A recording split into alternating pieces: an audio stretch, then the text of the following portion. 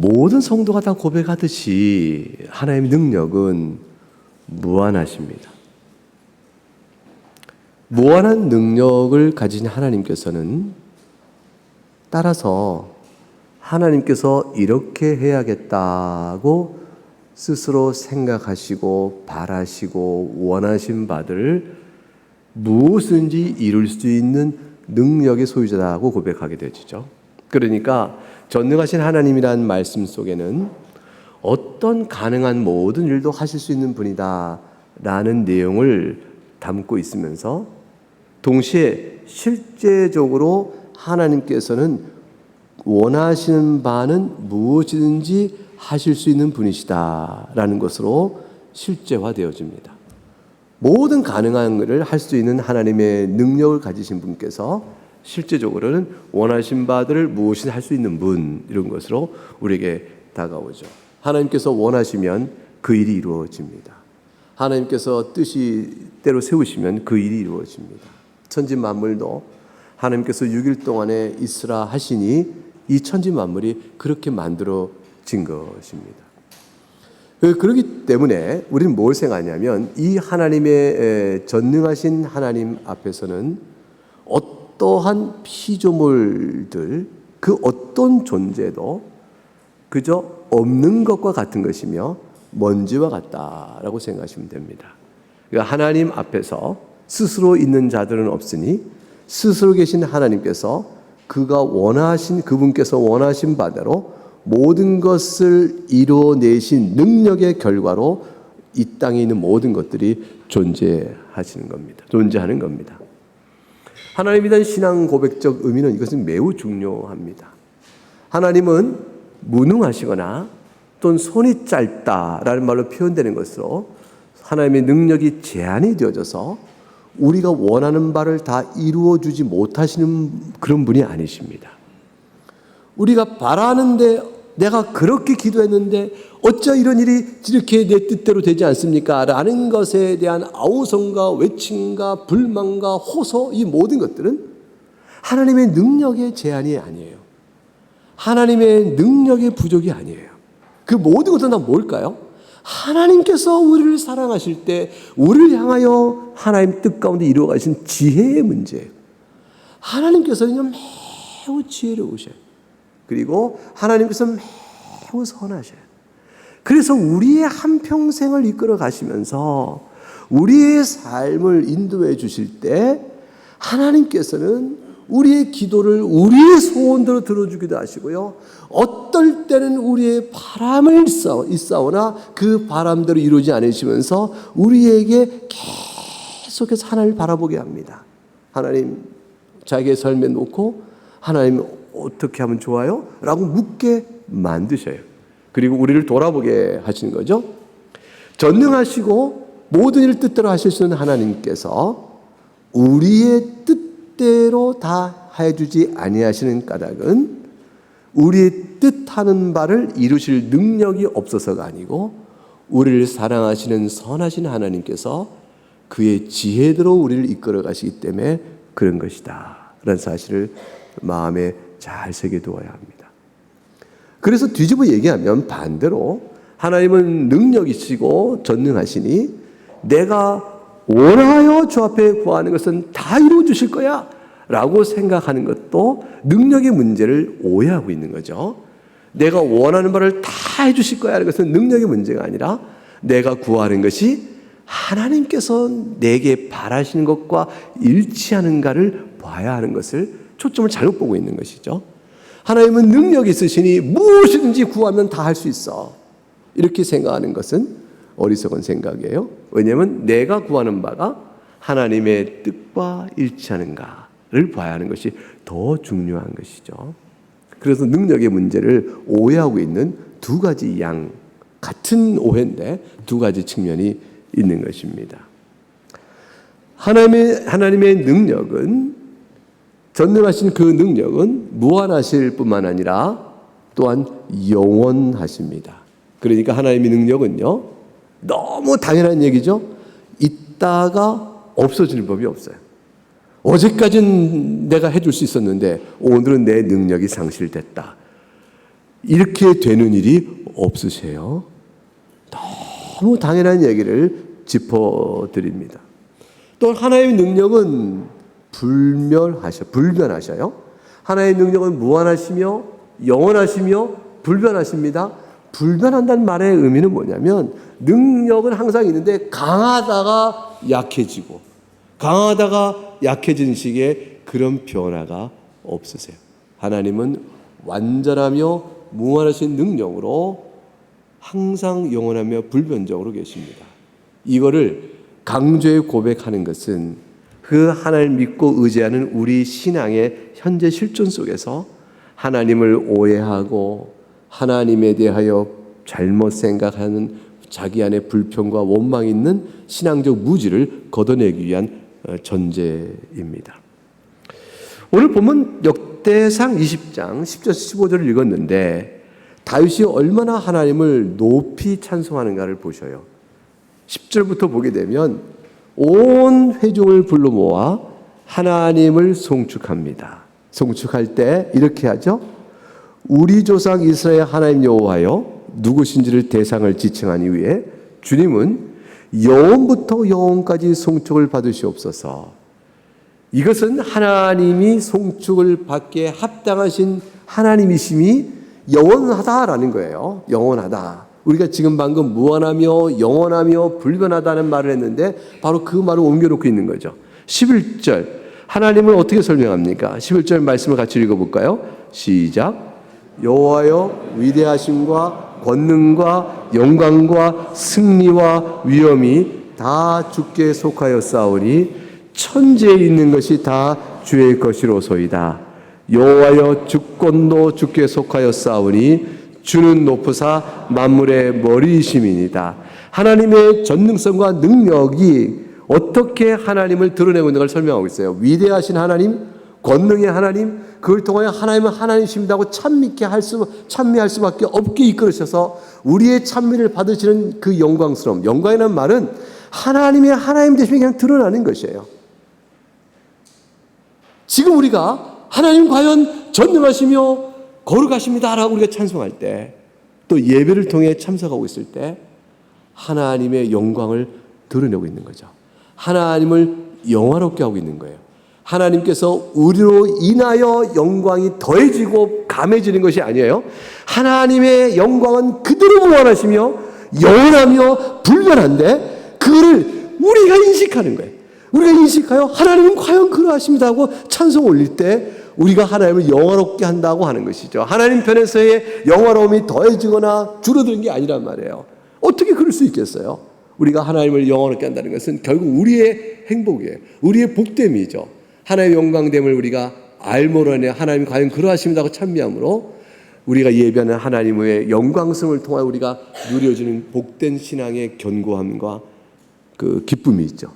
그래서 하나님을 영화롭게 한다는 것, 하나님이 영광스러운 하나님을 인정하여 그를 찬미한다는 것, 그 찬미의 방식은 예배, 기도, 찬송, 하나님의 말씀의 순종, 그 모든 하나님의 교훈에 따라 살고자 하는 소망의 마음으로 주 앞에 능력을 구하며 나가는 것들, 그 모든 것들이 다 하나님을 영화롭게 하는 거죠. 하나님을 하나님이심을 인정해드리고 그 앞에 엎드리는 것, 그 하나님을 영화롭게 하는 것인데 그 모든 것들 속에서 오늘 권능과 하나님은 권세가 있으시고 능력이 있으시다. 권세와 능력은 합쳐질 수 있는 말이지만 분리될 수 있죠. 모든 것을 다스릴 권세를 가지신 통치적 권세요. 그리고 그것을 행하시는 능력. 능력이 부족하면 통치적 권세가 약해질 것이에요. 권세를 행하실 만한 능력이 있는가라고 따라오겠죠. 그래서 하나님은 능력과 권세가 같이 합쳐집니다. 그래서 권능이라 이렇게 얘기해요. 영광과 승리와 위엄이 다 주께 속하였사오니. 근데 이어집니다. 천지 만물을 지으신 창조주이심으로 그러합니다. 이 천지 만물의 역사를 펼쳐가시는 일의 주권도 하나님께 속하신 것이며 하나님 만물의 머리이십니다. 그러니 12절 적용이 되어집니다. 그러한 하나님 앞에 살아가는 우리는 어떠한 자들입니까? 하고 고백되어져요. 우리가 누리는 부와 이 세상의 좋은 귀한 것들은 다 주님께서 주신 것이고 또 주님은 만물의 주제가 되시사 손에 권세와 능력이 싸우니 하나님 뜻하신 반대로 모든 사람을 어떤 일은 크게 하고 어떤 일은 강하게 하실 수 있으니 그게 되어지는 일이 하나님의 손에 있나이다. 하나님께서 그의 뜻하신 바대로 전능하신 능력으로 모든 사람을 크게 하시고 또한 강하게 하십니다. 이와 같은 우리의 인생이 하나님의 권세와 능력 가운데 살아가오니 우리가 하나님께 드릴 것은 감사함이며 하나님의 영원한 이름을 찬송하는 일입니다. 그것이 13절이죠. 그래서 14절에 적용을 이렇게 합니다. 14절과 15절 같이 읽어봅니다. 시작. 나와 내 백성이 무엇이기에 이처럼 즐거운 마음으로 들을 힘이 있었나이까. 모든 것이 주께로 말미암았사오니 우리가 주의 손에서 받은 것으로 주께 드렸을 뿐이니이다. 우리는 우리 조상들과 같이 주님 앞에서 이방 나그네와 거류민들이라. 세상에 있는 날이 그림자 같아서 희망이 없나이다. 우리로서는 나그네예요. 그리고 우리로서는 세상에 있는 한 그림자 같은 존재예요. 실체가 아닌 것이죠. 우리는 그러한 인생이니 우리 안에 무슨 능력이 있고 힘이 있고 존재에 조금 철학적으로 존재의 의미가 있겠습니까? 우리 살아가는 인생에 무슨 가치가 있겠습니까? 우리는 있다가도 없어져도 아무 문제가 없는 그런 존재들이죠. 티끌과 같은 존재입니다. 그러나 하나님께서 우리를 향한 전능하신 능력 가운데 우리에게 사랑을 주시니 그 사랑 가운데 우리가 주께로부터 귀한 것을 받아 이제 주 앞에 복된 인생을 사옵나이다. 그러면서 하는 말이에요. 성전을 건축하며 이제 우리가 주께로부터 받은 것을 주께로부터 드렸을 뿐입니다. 이렇게 되죠. 여러분, 이것이 사실 우리가 예배 나올 때 헌상하는 원리예요. 예배 나오면서 하나님께 예물을 드립니다. 봉헌합니다. 하나님께 드릴 때 그 마음은 주께로부터 말미암는 것을 주의 손으로부터 받아 주님 앞에 즐거운 마음으로 드릴 뿐입니다. 본래 이것은 우리가 드릴 힘이 우리에게 있었기 때문이 아닙니다. 제가 무엇이기에 제가 주 앞에 드릴 이 힘이 있었겠습니까? 주께서 저에게 주신 것으로 주께로부터 말미암아 받아 우리가 주께 드렸을 뿐입니다. 나는 이 세상에 나그네요 이방 나그네 같은 자인데 또 그림자 같은 자인데 주께 이것을 드리나이다. 이렇게 고백하는 거죠. 이게 헌상의 모든 원리예요. 성전을 건축할 준비를 해나가는 다윗은 솔로몬을 건축할 때 자기가 못 짓고 솔로몬 때 이루어질 건축이지만 그걸 준비시키면서 하나님께 나가는 신앙의 원리를 가르쳤어요. 이것은 성전을 건축할 때 어떤 사람은 은사로 어떤 사람은 제물로 이렇게 써나가는 모든 일 속에서 하나님의 능력 가운데 사는 인생이 하나님 베푸신 모든 것들을 받아 주 앞에 돌려드리는 우리의 힘, 우리가 하나님께 해드리는 모든 힘은 주의 능력에 비추이며 능력부터 온 것을 받음으로 돌려드리는 것이라 이렇게 되어 있죠. 그러니까 하나님의 전능하심과 능력을 신앙적으로 고백한다는 것은요, 그 바로 적용이 뭐로 들어가냐면 추상적인 것이 아니에요. 적용이 뭐냐면 그 능력이 하나님이 내게 주신 힘이 뭔가라고 생각하는 거예요. 내게 가지고 있는 힘은 무엇인가? 하나님의 능력과 나의 힘이 비교되는 거죠. 하나님의 능력과 나의 능력, 내가 이 땅에 사는 동안에 내가 가진 모든 능력, 그들 은사, 실력, 가지고 물질의 소유, 모든 것 다 마찬가지예요. 그 능력 앞에 비춰보면서 이 능력 아에 따라 내가 받은 것이구나 생각하고 나의 힘을, 나의 능력을 주 앞에 드리나이다. 이렇게 되어짐으로 하나님을 섬겨가는 이 예배가 이루어지는 것이죠. 그래서 우리가 예배 나올 때 헌상하는 것이에요. 하나님, 이것을 내가 주께로부터 받음으로 주께로부터 말미암았사오매 하나님께 받은 것 가운데 일부를 주께 드리나이다. 내가 무엇이기에 이와 같은 것들을 힘이, 능력이 저에게 있었겠습니까? 주님께서 그 능력대로 베푸시사 내게 주셨으므로 내가 드릴 수 있겠사오니 이 세상에서 모든 사람을 크게 하시고 강해 하실 것은 주의 손에 달린 것, 주의 능력에 달린 것 뿐입니다.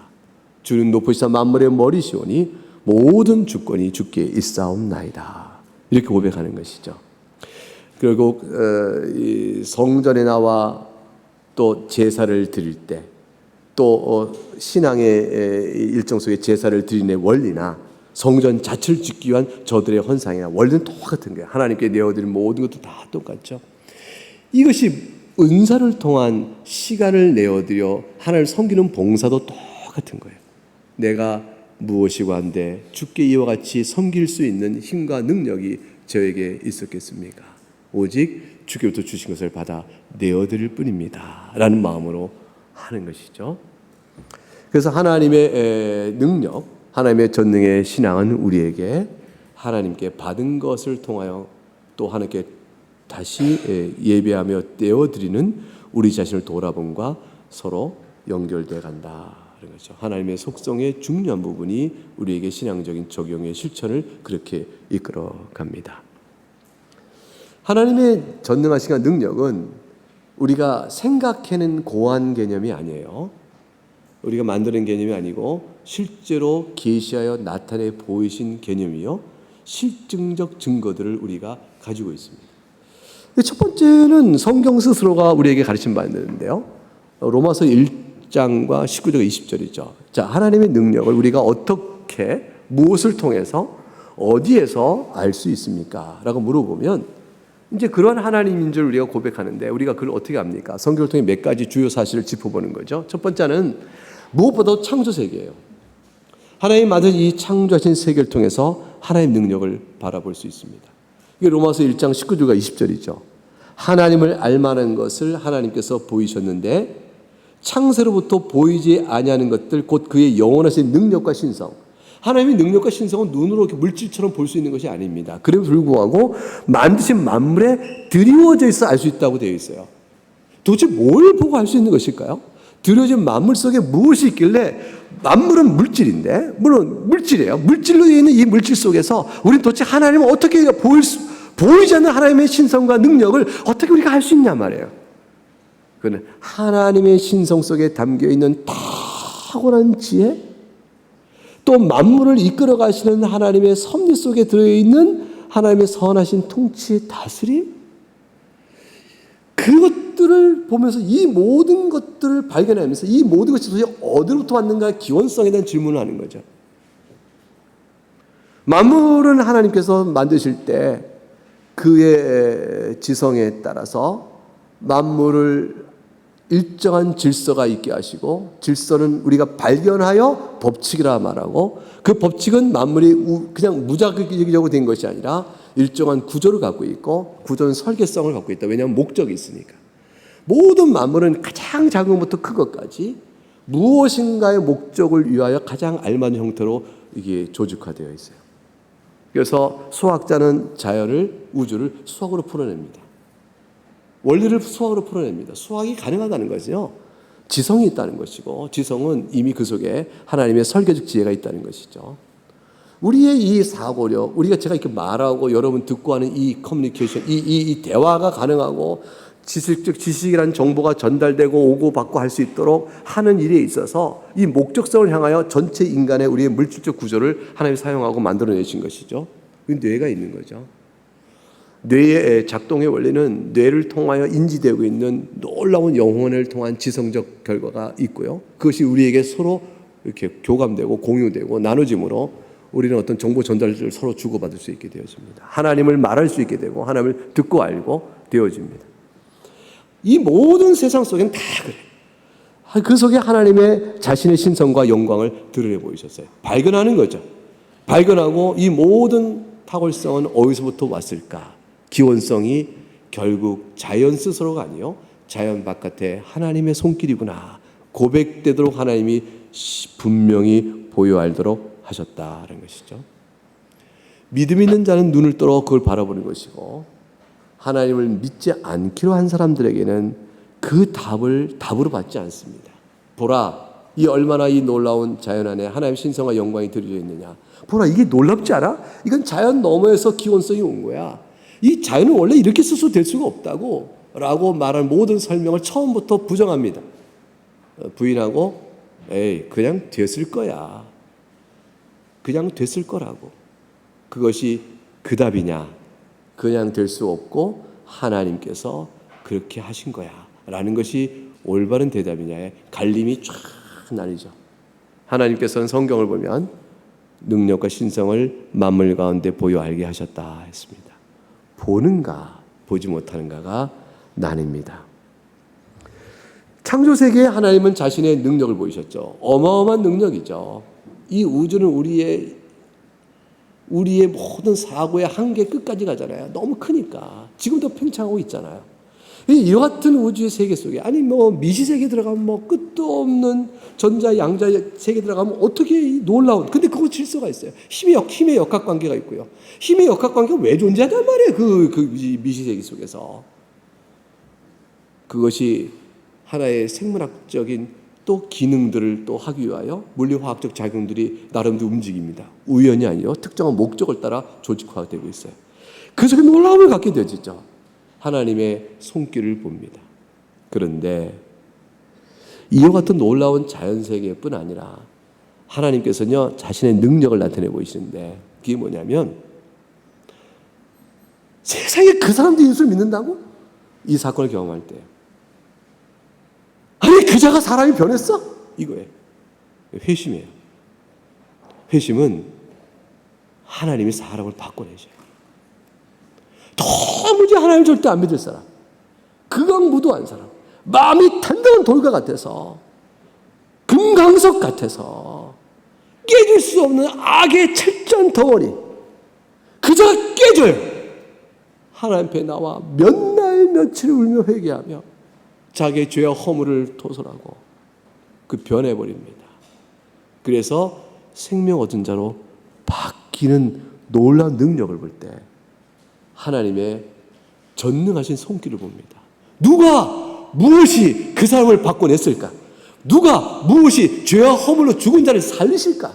그거죠. 무엇이 그의 눈을 뜨게 할까? 무엇이 그 완악한 마음을 깨버렸을까? 세상에 무엇이 깼을까요? 돈이에요? 권력이에요? 그건 악으로 더 치달하게 만들죠. 하나님 앞에 나오게 하시는 하나님의 능력의 힘은 아무리 멀리 있는 것도 끌어내십니다.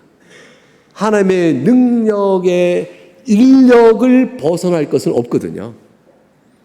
하나님이 잡아 당기시는 그 인력의 힘을 벗어날 만물은 없어요.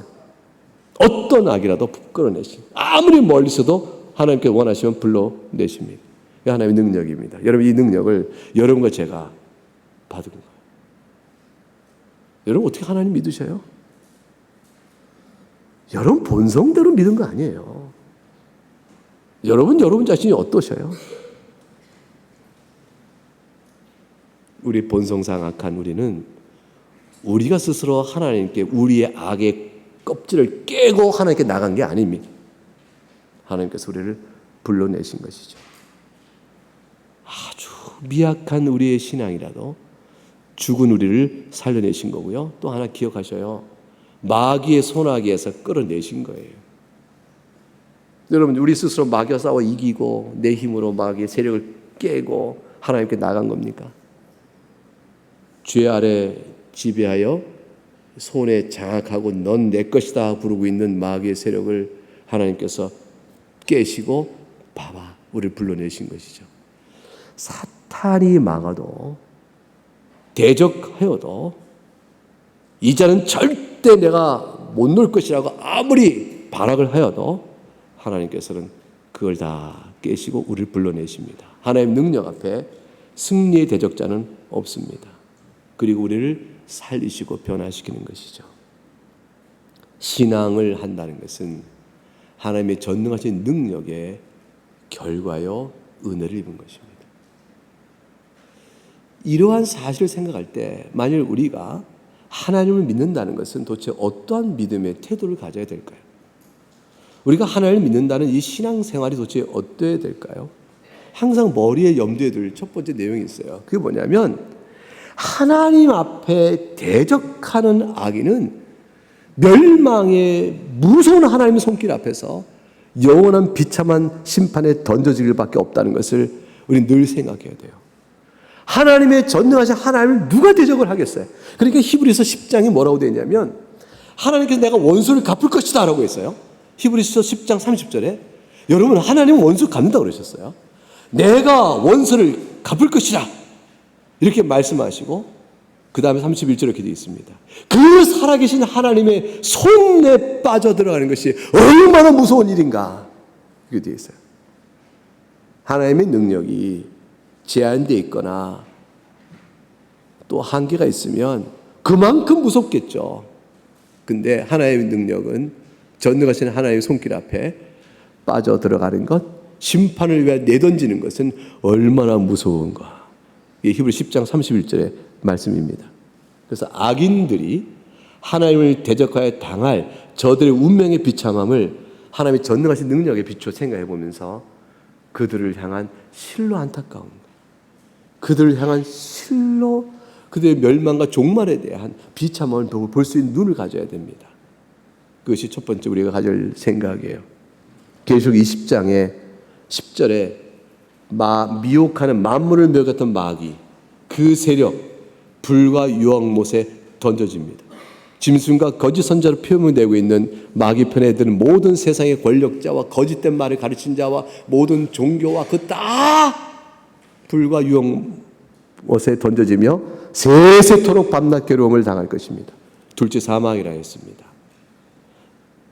두 번째 기억할 것은 이와 같은 하나님의 전능하심 앞에서 악의 영원한 멸망과 비참함을 생각하면서 동시에 두 번째로, 그러므로 우리는 어떻게 해야 되겠죠?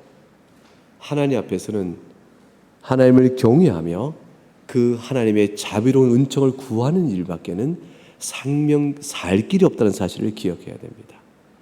하나님 앞에 나오셔야 돼요. 하나님의 자비로운 은총 앞에 엎드려야 합니다. 우리는 시편 90편을 잘 압니다. 시편 90편을 통해서 모세는 한 인생과 신앙을 이렇게 요약한 거죠. 하나님은 전능하시고 하나님 앞에서, 영원하신 하나님 앞에서 우리는 한평생의 순식간에 다한다. 그럴 때에 우리는 기억할 것이 있다. 죄 중에 있는 인생들을 하는 하나님의 노를 기억하라. 하나님의 진노와 분노심을 기억하라. 그러할 때에 하나님의 노여움과 진노함의 그 능력과 크기를 잘 생각하며 우리는 한 가지 지혜를 얻을 일이 있는데, 하나님의 자비로 앞에 엎드리라는 것이죠. 하나님께서 우리를 불쌍히 여길 것을 생각하고 그의 인자하심에 엎드리라. 그리고 주의 은총을 구하라. 그것이 인생의 지혜다. 시편 90편에 그렇게 가르칩니다. 여러분, 하나님의 지혜로움, 하나님의 그것을 구하는 인생의 지혜에 하나님의 불쌍히 여기시는 자비로운 은총을 우리에게 나타내 보이셨으니 무엇을 통하여 우리에게 주신 바 되어졌죠? 예수 그리스도 십자가잖아요. 복음이잖아요. 이 예수 그리스도 십자가의 은혜 앞에서 그 전능하신 하나님이 대적하는 자의 악을 심판하는 그 무서움을 생각할 때 십자가 앞에 나와 나의 죄를 용서하시고 한평생 사는 동안 나의 죄를 용서하시고 주여 나를 불쌍히 여기소서라고 그 은총 앞에 엎드리는 것, 그것이 전능하신 하나님을 나의 아버지로 삼는 일이에요. 전능하신 하나님의 은혜 앞에 거하는 복됨에 복을 누리는 일이에요. 그것을 생각해야 됩니다. 그 은혜를 잊고 살아가는 하나님의 은총의 백성들은 세 번째로 전능하신 하나님 앞에서 더 생각할 게 있어요. 두려워하지 말고 그리스도 안에서 하나님의 은총을 받았사오니 그 하나님의 능력이 내 것이라 생각하고 살아야 돼요. 하나님이 내 편이라는 생각을 늘 갖고 살아셔야 돼요. 그게 뭐냐면 이 땅에 사는 동안 여러분 죄를 질 거예요. 여러분 마음의 역사는 부패한 마음이 있어요. 내 마음에 왜 시기가 있는지, 내 마음에 질투가 있는지, 왜 내 마음에 정죄가 있는지, 내 마음에 왜 미움이 있는지, 내 마음에 내가 부적절한 모든 죄의 욕망들이 각각 있는지, 이 모든 것들의 역사를 바라보면서 그것과 싸워 나가야 될 싸움이 힘겨울 때, 잘 안 될 때, 이 성질머리 못 고칠 때 말이에요. 성질 땐 꼭 머리가 붙어. 지난주에도 내가 그랬던 것 같은데, 이 성미의 고약함을 내가 감당치 못할 때, 그리고 남들이 다 나를 괴롭게 한다고 생각하는 마음이 들 때, 힘겹거든요. 삶이 힘든 거는 먹고 사는 문제뿐만 아니라 관계가 너무 어려워요. 화가 자꾸 날 때, 그 강한 시험과 싸워 나갈 때 우리는 항상 느껴요. 무력함. 내가 얼마나 실패하는 자인가가 자꾸 보여요. 이러다가 하나님의 은혜의 구원에서 내가 떨어져 나가는 거 아니야? 라고 두려움까지 들 때도 있습니다. 그럴 때 하나님을 바라보시는 거예요. 하나님의 능력을 구하는 겁니다. 하나님께서는 절대로 아무리 바깥에 있는 자라도 하나님의 끌어당기는 인력을 벗어날 자가 없듯이 하나님의 안에 있는 자가 아무리 밖에 나가도 다시 당겨 그제 주의 품 안에 경건의 그 복된 자리에 서게 하지 못할 자가 없기 때문에, 그래서 하나님 바라보는 거예요. 끌림을 당하는 우리의 자체 안에서 힘이 아니라 주님 바라보는 거죠. 의지하셔요. 하나님의 능력을 절대 의지하세요. 거룩한 싸움을 해나가라고 우리를 부르실 때, 우리에게 주께서 말씀은 교훈 앞에 설 때 이 모든 일을 주께서 나를 도우시는 힘 가운데 하겠나이다 하고 하나님의 능력을 견고하게 의지해야 됩니다. 하나님께서는 사도 바울에게 3층천 셋째 하늘까지 올라가는 큰 은혜를 보이셔서 하늘 보호자의 영광을 보이셨어요. 이 놀라운 자리, 이 셋째 하늘이라고 표현되고 있는 말은 다신 게 아니에요. 하나님의 영광의 보호자의 자리에 천군 천사에 있는 곳을 그렇게 보게끔 하신 거예요. 환상 중에 보게 하셨죠. 그 실제거든요. 없는 게 망상으로 온 게 아니라 실제 하시는 하나님의 그 영광의 자리에 사도 바울을 통하여 보게 하셨어요. 그러니까 사도 바울은 내 영혼이 몸 안에 있는 거냐 몸 밖에 있는 거냐 도무지 알 수 없는 놀라운 체험을 했습니다. 그 체험을 가진 사도 바울이 얼마나 강하고 믿음 가운데 튼튼하고 이렇게 있겠어요? 네, 하나님께서 그렇게 안 놔두셔요. 바울을 가장 낮춰버리십니다. 스스로 자고하여 높아질까. 그래서 신앙의 힘이 아니거든요. 스스로 높아지지 않도록 하나님의 능력만이 힘이란 말이에요. 그러니까 바울의 힘을 빼버립니다. 육체의 사탄의 가시를 넣어버리시죠. 그것이 정확히 뭔지는 아직도 우리가 다 모릅니다. 그러나 그것은 뭐냐면 바울을 괴롭게 하는 것이요, 자기 연약함을 보게 하는 것이요, 그 연약함 때문에 몸부림쳐 주 앞에 기도하게 하는 것이었어요. 그것이 무엇이든지 말이죠. 바울을 낮춰버리십니다. 그리고 그 낮춤을 통해 보게 하셔요.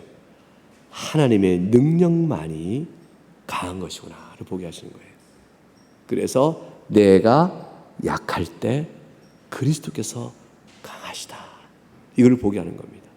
사랑하는 교회 여러분, 여러분이 실패하거나 여러분이 무너질 때, 그 인생 중에 가장 약할 때, 또 신자다우면서 가장 멀어질 때, 그 어떤 때도 세상적 성공에서 멀어졌을 때, 여러분이 자랑을 삼던 것을 잃어버렸을 때, 여러분이 신앙적 경건에서도 넘어졌을 때라도 그 어떤 때 다 여러분이 약해진 것이죠. 그때 하나님께서는 내 능력이 강하다고 나타내 보이셔요. 그리고 나를 의지하라 부르시는 거예요. 그래서 우리가 회복의 은혜를 또 살만한 힘을 보게 되어집니다. 한평생 살면서 우리가 결국은 우리의 자랑을 내놓을 게 있겠어요? 주께서 모든 것을 주시는 권세와 모든 만물의 주제이시며 머리시오니 주께서 주신 것으로 말미암아 내가 살아서 주께 드리나이다 고백은 나는 아무것도 아니요 주님만이 능력이십니다 라고 고백하는 거거든요. 그러므로 우리의 신앙 경험 속에서 이 모든 일들은요, 하나님의 능력에 대한 신앙 고백이 어떻게 적용되냐를 보시는 거예요. 우리는 넘어질 자가 없습니다. 왜냐하면 우리의 의지는, 우리의 힘은 하나님께 있는 것이니까 아무리 약하다 할지라도 주의 능력에 의지하여 다시 나가는 거죠. 한 가지 배워가는 거예요. 내가 강하나 나는 약한 자요 주의 능력만이 강하다, 이걸 배워가는 것이죠. 이렇게 살아가는 인생 속에서 우리는 부활의 능력을 마지막 굳게 믿어야 합니다. 사두개인들은 부활이 없다 했습니다. 도무지 말이 안 된다고 생각하죠. 주님께서 말씀하셨어요. 네가 성경도 하나님의 능력도 모르는구나. 부활이 있다고 가르치셨습니다. 성경은 부활이 있다고 말씀하고 있고 하나님의 능력을 믿을진데 부활은 당연히 있죠. 여러분, 세상을 하나님 만드셨잖아요. 그러니까 부활이 왜 없어요? 부활 또한 하나님 만드신 창조 세계 안에서 하나님의 능력으로 있게끔 하시는 거거든요. 제발 이 생각하지 마세요. 우리가 알고 있는 몇 가지 자연적인 규칙성에 벗어나는 것은 있을 수 없어. 이거는 유물론이에요. 이건 자연주의예요. 자연에 우리가 알고 있는 규칙성 몇 가지, 그 과학이라는 이름으로, 과학은 그걸 뛰어넘어야 돼요. 그것이 과학의 충분한 정의도 아닙니다. 이 알고 있는 자연의 규칙성을 벗어나면 그런 일은 없어라는 것은 유물론자요, 자연주의자의 한계죠. 하나님 아는 자는 성경대로 이 세상에 있는 자연의 규칙성을 뛰어넘는 하나님의 창조 세계 속에 하나님의 능력은 있으니 그건 부활도 있는 거예요. 그 하나님이 하시는 이 창조 세계 안에 하나님의 손길이에요. 그리고 새 하늘과 새 땅을 만드십니다. 여러분 이거 굳게 믿으셔야 돼요. 종말론적 신앙을 굳게 잡고 살아가셔야 합니다. 그걸 보이시려고 예수님께서 이 땅에 오셔서 실제로 부활을 하셨으니까요. 천지 만물을 하나님 말씀으로 툭 지으신 것처럼 그의 전능하신 능력은 새하늘과 새 땅을 그의 뜻 가운데 지으십니다. 그리고 우리에게 가장 아름다운, 더 이상 죄가 없는, 죄의 결과로 고통받지 않는, 다시는 죄의 영향력 안에 시달리지 않는 그런 아름다운 거룩한 성화를 이룬 완전한 영광스러운 상태의 마음을 갖고 하나님만을 정말 사랑하며 하나님과 사귐을 얻는 일에 죄의 부끄러움이 없는 그 상태를 만들어내셔요. 하나님을 생각할 때마다 부끄러운 죄의 마음의 흔적들이 내 안에 더 이상 있지 않는 그 아름다운 나라를 그때 우리에게 이루어 주셔요. 환경적으로 새하늘과 새 땅 이루는 것뿐 아니라 내면 안에 우리를 바꿔버리셔서 그렇게 되는 것이에요. 하나님을 섬기는 법도를 우리 마음에 다시 새겨놓으신단 말이에요. 그러니까 누가 하나님을 섬기는 예는 이거야. 하나님께 섬기는 이렇게 돼. 누가 돌판에 쓰이는 법들을 우리에게 알려줘야 듣고 배울 이유가 없는 거죠. 우리 마음에 성령이 가득한 거룩한 역사가 충만히 되어 있으니 내 마음에 소원하는 바와 뜻하는 바와 원하는 바와 하나님께 하신 바가 일치가 되어져서 하나님께 나갈 때 부끄러움이 없어요. 상상해 보셔요. 하나님을 뵙는데 마음에 어떠한 거리낌이나 부끄러움이 없는 맑고 깨끗한 충만함으로 주를 뵙고 하나님 예배하는 거죠. 그 무한하신 하나님의 사랑과 은혜를 다 받아가는 거예요. 그것이 새하늘과 새 땅 속에 누려지는 영적인 충만함이에요. 그 나라가 우리에게 약속되어 있어요. 그래서 그것을 뭐라고 표현했냐면 하나님의 장막이 사람들과 함께 있다. 하나님이 그들과 함께 계신다. 거룩함이 없이는 누구도 하나님을 뵐 수가 없다 하는데 하나님이 그들과 함께 계셔요. 하나님의 백성이 되고 하나님 친히 그들과 함께 계시니 임마누엘의 영광이 이루어지죠. 눈물, 사망, 애통, 곡하는 것, 아픈 것 다시 없다. 이게 다 죄의 결과잖아요. 다 지워버리세요. 죄의 영향력 다 없어집니다. 만물을 새롭게 하셨습니다. 만물을 새롭게 하는 것은 우리의 성전까지 다 포함되는 거예요. 우리 완전히 새로운 존재가 되어집니다. 생명수 물을 마시며 주 앞에 살아가는 거죠. 생명은 주님이시니까. 생명수를 마신다는 것은 물을 마셔서 그 힘으로 하나님을 만난다. 그게 아니고 이미 생명수는 주님이셔요. 그걸 마신다는 것은 주의 능력과 주의 뜻과 주의 영이 우리 가운데 있음으로 하나님과 더불어 거하게 되어지는 것입니다.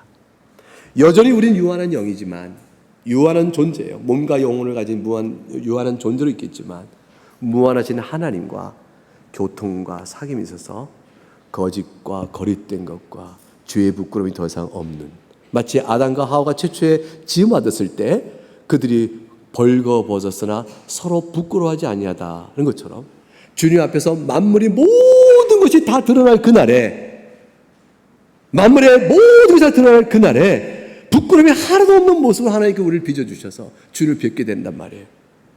하나님의 능력이에요. 지금 우리를 예수 믿게 하시는 하나님의 능력이 그날에 우리를 그래 바꿔버린 능력, 새로운 창조의 능력으로 우리를 주게 이루실 것이에요. 하나님의 전능하신 능력하에 우리에게 주시는 신앙적 의미입니다. 그러니 이 모든 사실을 성경을 통해 배웠으니 우리는 이제 한 가지 마음에 두어야 돼요. 이 땅 살면서 용기 있게 사셔요. 비틀비틀대지 마시고 힘내셔요. 울 일도 있고 아플 일도 있고 속상할 일도 있고 괴로운 일도 있고 힘겨우더라도 주님의 능력을 의지하셔요. 로마서 8장을 열어볼까요? 로마서 8장 31절부터 39절. 하나님의 지독한 사랑이 이곳에 있습니다. 그리고 지독한 사랑을 베푸신 하나님의 능력이 우리를 어떻게 바꾸실 것인가가 이 속에 있습니다. 31절 39절 그 유명한 말씀을 우리 마음속에 같이 한번 고백해보면서 읽어보겠습니다. 하재가 먼저 읽고 교도가죠. 그런즉 이 일에 대하여 우리가 무슨 말하리요? 만일 하나님 우리를 위하면 누가 우리를 대적하리요? 자기 아들을 아끼지 아니하시고 우리 모든 사람을 위하여 내주시니가 어찌 그와도 함께 모든 것을 우리에게 주시지 아니하겠느냐. 누가 능히 하나님께서 택하신 자를 고발하리요? 의롭다 하시니 이는 하나님이시니 누가 정죄하리요? 죽으실 뿐 아니라 다시 살아나시는 그리스도 예수시니 그는 하나님의 우편에 계신 자요 우리를 위하여 간구하시는 자신이라. 누가 우리를 그리스도의 사랑에서 끊으리요? 환난이나 곤고나 박해나 기근이나 적신이나 위험이나 칼이랴. 바 우리가 종일 주를 위하여 죽임을 당하게 되며 도살당할 양같이 여김을 받았나이다 함과 같으니라.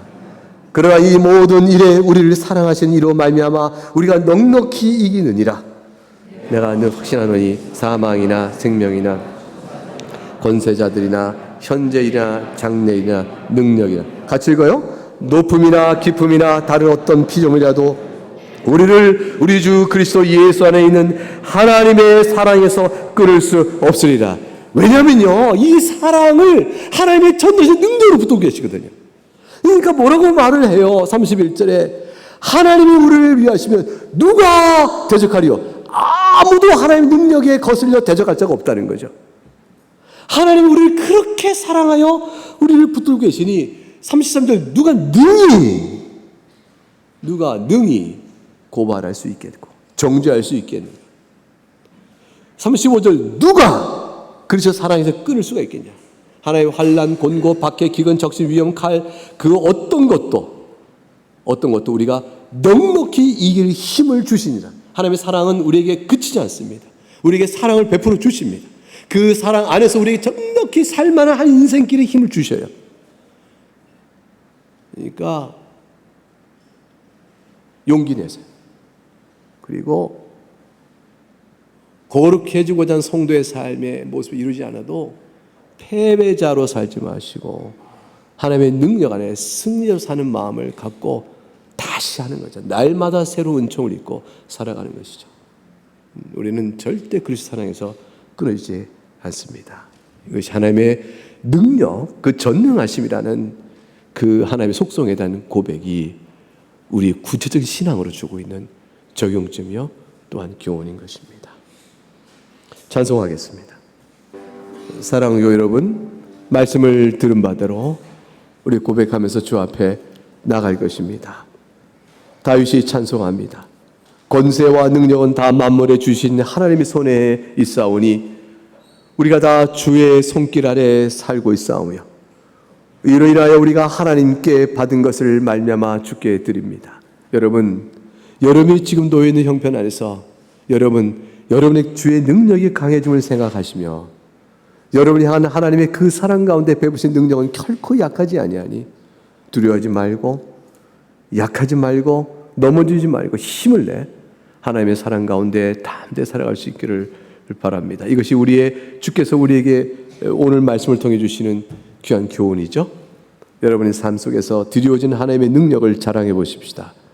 하나님께서 강하시오니 나를 오늘 이렇게 있게 하셨고 오늘 내가 있으면 나로부터 말미암은 것이 아니요 하나님께서 나를 사랑에 붙드신 하나님의 능력입니다.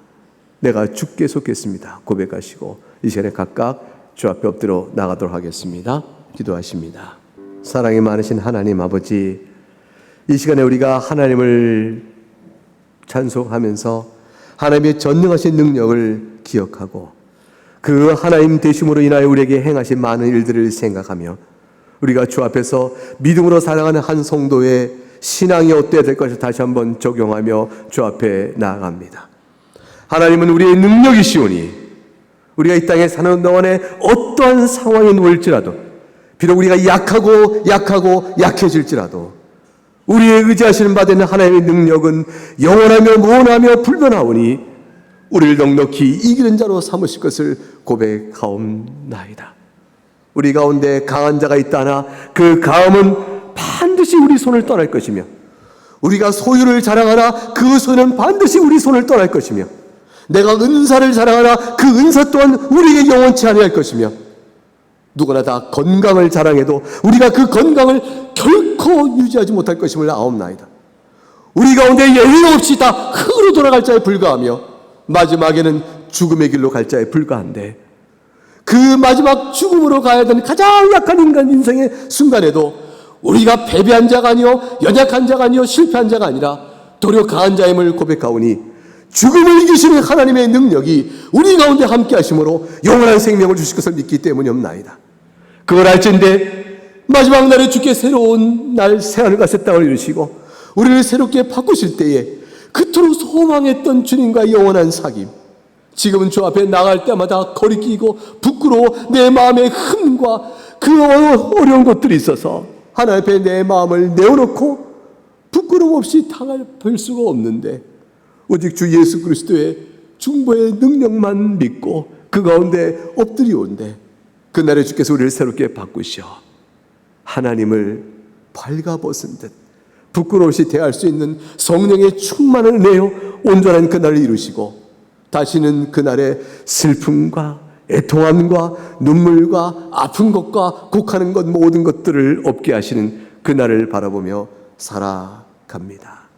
이 믿음 가운데서 하나님이 사랑하신 자를 누구도 해할 수 없으니 그리스도 사랑 안에서 자신의 인생의 처지와 노임이 어떠하든지 넉넉히 이기는 자로 살아갈 수 있는 힘을 더하여 주옵소서. 우리는 약할 때 그리스도 능력이 강해지고 본래 우리가 강하다는 우리의 모든 것들은 다 주께로부터 온 것임을 고백하면서 더욱더 하나님의 능력을 의지하며 살아가는 믿음의 사람들로 살아가도록 주여 도와 주시옵소서. 전능하신 하나님을 찬송합니다. 감사하고 우리 주 예수 그리스도 이름으로 기도하옵나이다. 아멘.